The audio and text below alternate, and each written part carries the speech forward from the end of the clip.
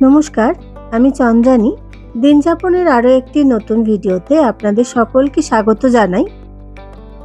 শীতের 3টি অসাধারণ এক সবজির মিশ্রণে আজকের এই খাবারটা রান্না করব।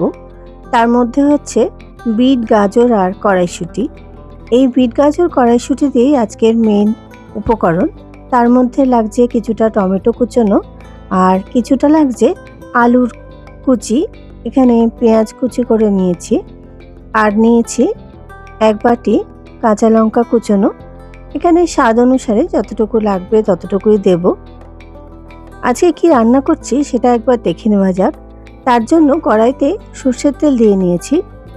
তেলটা গরম হওয়া অবধি একটু অপেক্ষা করব, তারপরে একটা ফোড়ন দিয়ে নেব। এখানে আমি আজকে বিট, গাজর আর আলুটাকে গ্রেট করে নিয়েছি। আপনারা চাইলে কুচি করেও নিতে পারেন, কিন্তু গ্রেট করলে তাড়াতাড়ি সেদ্ধ হয়ে যায়। তেলটা গরম হয়ে গেছে, আমি এখানে গোটা জিরে ফোড়ন দিয়ে নিয়েছি। এবারে দিয়ে দিলাম পেঁয়াজ কুচিগুলো। পেঁয়াজ কুচিটা দিয়ে ভালো করে ভাজা ভাজা করে নেব।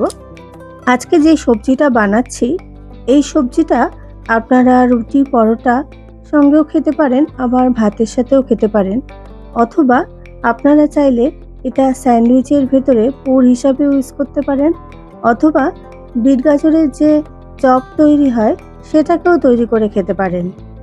তবে আজকে আমি কিছুই করব না, শুধুমাত্র এই সবজিটাই করে দেখাবো। পেঁয়াজটা হালকা ভাজা ভাজা হয়ে এসেছে। এবারে কেটে রাখা কাঁচা লঙ্কা কুচিগুলো এবার এর মধ্যে অ্যাড করে দেব। আমি পুরোটা দেব না, এখানে অর্ধেকটা ইউজ করব। এবার কড়াইশুঁটিগুলো এর মধ্যে দিয়ে দিচ্ছি। 1 চামচ মতন আদা রসুন বাটা দিয়ে দেব। এবারে টুকরো করে কেটে রাখা টমেটোটা একসঙ্গেই দিয়ে দিলাম। সব কিছুকে এবারে ভালো করে নেড়ে মিশিয়ে নিচ্ছি।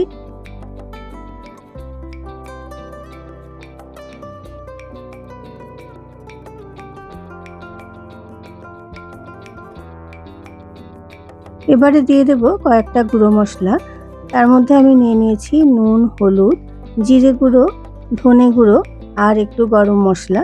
সবগুলো একসঙ্গে দিয়ে দেব। আমি একটু সুগার ফ্রিও অ্যাড করে দিয়েছি। মশলাগুলো সবজির সাথে আরও একবার ভালো করে নাড়াচাড়া করে মিশিয়ে নিচ্ছি। মশলাটা কষানো হয়ে গেছে। এবার গ্রেট করে রাখা বিট, গাজর আর আলুর কুচিগুলো একসঙ্গে সব কিছু দিয়ে নিয়েছি, দিয়ে আবারও ভালো করে মিশিয়ে নিচ্ছি। এইবারে এই তরকারিটা একদম লো আঁচে একটু আস্তে আস্তে করে রান্না করতে হবে, ঢাকা চাপা দিয়ে দিয়ে, কারণ না হলে তরকারিগুলো সেদ্ধ হবে না। একদম ভালো করে যেভাবে আমরা বাঁধাকপি রান্না করি সেইভাবে রান্নাটা করে নিতে হবে, যাতে এক ফোঁটাও জল না থাকে। একদম শুকনো শুকনো করে তরকারিটা করে নিতে হবে। আমার তরকারিটা প্রায় একদম রেডি। আমি অনেকক্ষণ ধরেই প্রায় ঢাকা চাপা দিয়ে দিয়ে রান্না করে নিয়েছি। তৈরি হয়ে গেল শীতের 3টি বিশেষ সবজি দিয়ে অসাধারণ এক রঙিন অথচ সুস্বাস্থ্যকর এবং ভিটামিনযুক্ত একটা ভীষণ টেস্টি রান্না। আমি যেভাবে বানালাম আপনারা অবশ্যই বাড়িতে একবার এইভাবেই ট্রাই করে দেখবেন, এবং ভালো লাগলে আমাকে কমেন্ট করে জানাতে একদমই ভুলবেন না। ভিডিওটা তাহলে আজকে এখানেই শেষ করছি। দেখা হবে পরবর্তী কোনো ভিডিওতে।